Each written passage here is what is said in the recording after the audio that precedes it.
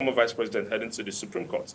I mean, it's within his rights. You run for an election, and the law of the land has laid out procedures for you to be able to, follow, procedures for you to follow to be able to get to whatever you want at the end of the day. All right, Ambassador, I hear you. And I mean, this explanation is very simple for anyone to understand. But why do you think there is this suspicion over this whole matter, especially when the Chicago State University has identified President Tinubu as their product and authenticated his certificate? Well, this is politics, and usually the kind of politics we practice both from opposition perspective is that, you have to find something. You have to find something that you must, tell people to be able to keep yourself or keep yourself relevant in preparation towards the next elections. That's the only thing I find here. And of course, here, the nature of politics we also play is such that, if I didn't support a candidate and that candidate eventually wins, any kind of story I need to tell the people, against that candidate is obviously, what I find here. However, like I said, whenever a matter is in court, the most respectful thing to do or respectable thing to do is to let the courts do their work. I am not in any way trying to comment on these issues because this matter is in court. I'm only trying to find a way to explain, having studied in the United States and also having studied in Nigeria, bringing out the differences in the way and manner, these things are perceived in these two countries so that Nigerians will understand it. Because if you don't, you will only analyze issue based on the prism through which you see them. But if you want to have a balanced opinion, you can say, okay, how is this done here? How is this done here? Then you can be able to see what the difference is, see what is obtainable, and then you can be able to draw your conclusions without so much confusion around. I see it as politics. I see it as quite a lot of people that didn't vote for the president basically trying to justify their position or trying to find something that they can hang on his neck and say that this is the reason, therefore this has to happen. In any case, the jurisdiction of the Presidential Election Petition Tribunal is to deal with electoral issues. And we also have a law. The laws of, we are a nation that is governed by a constitution. So whatever issues that anybody find, including that, whatever information that they think they've gotten, it's the most sensible thing to do is to take them to court and allow the court take their decision. Any commentaries on this issue, as far as I'm concerned, is sub judice. So I don't, I'm not, party to the people that are trying to heat up the system or trying to justify that this is correct or this. Just take whatever you find, take it to the court and then let the Supreme Court take a decision. We know what are pre-election issues, we know what are election issues, and I believe that at the end of the day, justice will be done to these issues. All right, but if CSU took responsibility for the discrepancies in its documents and blamed it on a clerical error, why do you think people are finding this hard to believe? Well, like I said, if you remember when Obama was the president of America, he presented a certificate that shows that he was born in the United States. And up until today, there are still some people that still don't believe that that is correct. So you will not force anybody to believe what, even when it is proven to them in black and white. I mean, we see these things happening. A few things were very clear from the deposition that President Bola Ahmed Tinubu graduated from CSU with honors. In 1979. This is very clear. The issue of discrepancies in mail, they clearly said that he's a male.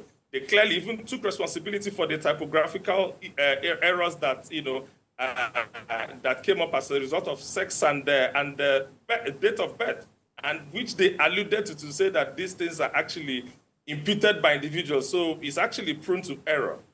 So as far as I'm concerned, like I said, the understanding originally, I can tell you, even having discussed with quite a lot of members of the opposition parties, that the president never went to school in the first instance. So now that they have seen that he truly went to school, they have to move on to some other thing. Even when this is cleared by the Supreme Court, somebody will also come up with something. So, like I said, it's not what people believe or how they choose to see things is really their responsibility. From the point of view of a leader, what you need to do is to do your part, and whatever people perceive is fine. you cannot force them because we've seen, this issue happen even in developed countries. So how much less us that are also struggling to get to the level where the likes of mature democracy. So it's not an issue for me. These matters are very clear. And I'm hoping that the justices of the Supreme Court will do justice to this. I mean, between now and maybe sometime in November or early December, this matter will be done and dusted. But I believe that the president should be supported and should be allowed to focus on bringing the dividends of democracy to the Nigerian people. All right. So, I mean, another angle to this issue is the Nigerians bombarded the Chicago State University for information, which became some sort of embarrassment and harassment. How do you think this could have been better handled? Unfortunately, there is nothing differently we would have done to this. And I tell you, I mean, the man said that they get an average of 5 to 30 emails per day requesting for information on Mr. President. 5 to 30 emails per day. And you can rightly conclude that these are emails or inquiries that are coming from the opposition.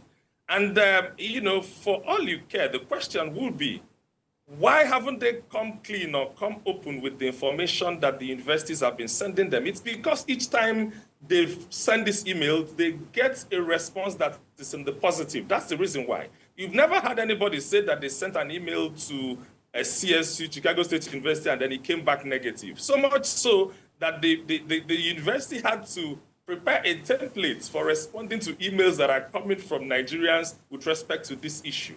So if thousands of emails have been sent and all of their responses came in the positive, that's why you wouldn't say that any opposition, anybody made a noise to say that these are evidences of the emails that they sent. I mean, have you not tried or asked yourself, why haven't they raised this issue to say that they sent an email?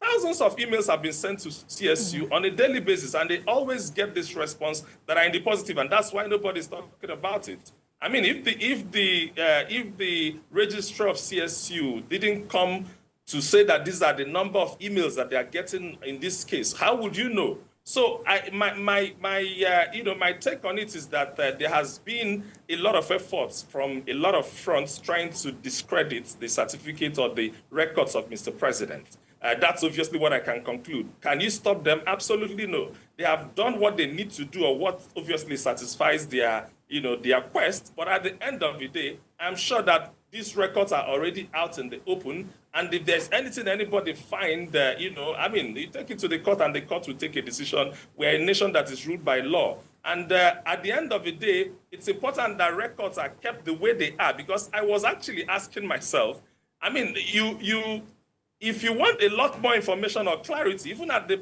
point of cross-examining the registrar, you would have asked, do you guys have third-party agents that are legally authorized to issue this? Why didn't that question come up? So that you can actually block every kind of, assuming that this question that I asked came up, you would have had a very clear response that would have told you whether this is right or wrong, because they would have said, oh, no, we don't. We only issue it by ourselves. Then if the issue of a third-party, vendor, you have foreclosed that part entirely.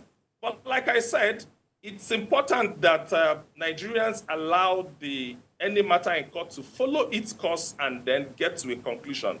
However, the documents are there.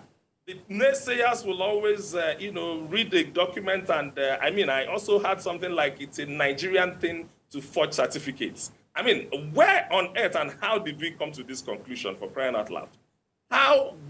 This is not anything that was mentioned, but this is the conclusion that people drew. However, we have forgotten that we are in a nation where we certify documents. If you lose the papers to your company registration, you can go to CAC and get a certified through copy of that document. If you lose your certificate of occupancy for your property, for example, you can go to whoever that is the governor that signed it. They're not going to give you another original. All they need to do is to get a copy of what they have issued you, and they stamp it as the certified through copy of the original. Okay. So it is a Nigerian thing to have documents certified, and I think it's very clear that a lot of Nigerians understand this. This is what the registrar was alluding to, that to certify documents seems to be a Nigerian thing, and it is true. I mean, if you go to Foreign Affairs, for example, there is a department that authenticates documents, as well. So if you lose your marriage certificate, you can go and get a copy and certify it, and it will be acceptable.